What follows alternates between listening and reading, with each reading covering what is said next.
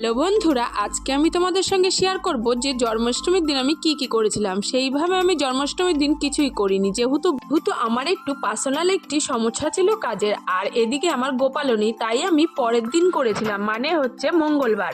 তোমাদেরকে বলি আমি কি করেছিলাম। আমি লুচি, সুজি, মালপোয়া আর হচ্ছে তালের বড়া, সেরকম ভাবে কিছুই করবো না ভেবেছিলাম, অল্প অল্প করে করবো ভেবেছিলাম। লাস্টে দেখলাম যাক, মোটামুটি খারাপ হয়নি, ভালোই হয়েছে।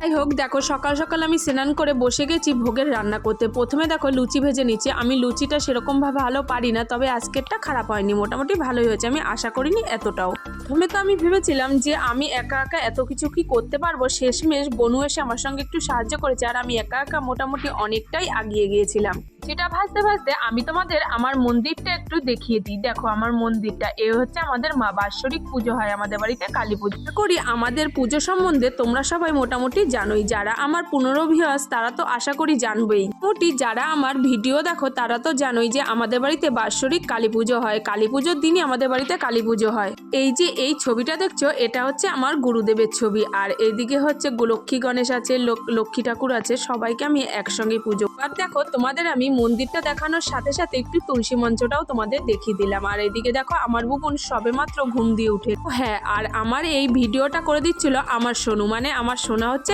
ক্যামেরাম্যান। তাই দেখো কেমন বেকা তারা দু এক জায়গায় ছবি তুলেছে। যাই হোক, যা তুলে দিয়েছে সেটাই ভালো।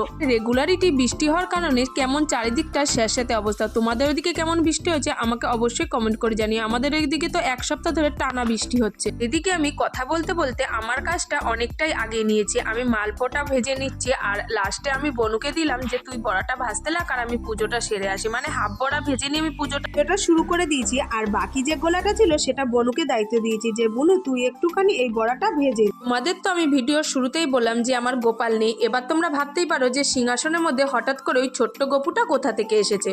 বলে না, ভাগ্যে যদি কেউ নিমন্ত্রিত হওয়ার হয় তাহলে অবশ্যই আসবে। দেখো আমার বোন সোনা হঠাৎ করে পাশের বাড়ি আমার মামির বাড়ির থেকে এই গোপালটাকে নিয়ে এসছে। বলছে ওর সঙ্গে নাকি গোপাল বায়না করছে আসবে বলে। বলে না, মাঝে মাঝে বাচ্চাদাও সত্যি কথা বলে। তাই আমি গোপু সোনাকে সিংহাসনের মাঝখানে বসিয়ে পুজোটা সেরে নিলাম। আর মনে মনে ভাবছিলাম সত্যিই বোধহয় গোপাল আজকে আমাদের বাড়ি আসার জন্য নিমন্ত্রিত ছিল, মানে ও আসার ছিল তাই এসেছে।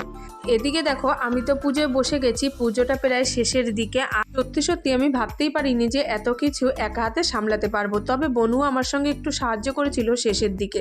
এরপরে আমি আর সেইভাবে ভিডিও নিতে পারিনি। তো যাই হোক, আজকের ভিডিও এইটুকু। দেখা হচ্ছে নতুন কোনো ভিডিওর সঙ্গে। যদি ভালো লাগে লাইক কমেন্ট শেয়ার করে দিও। টাটা।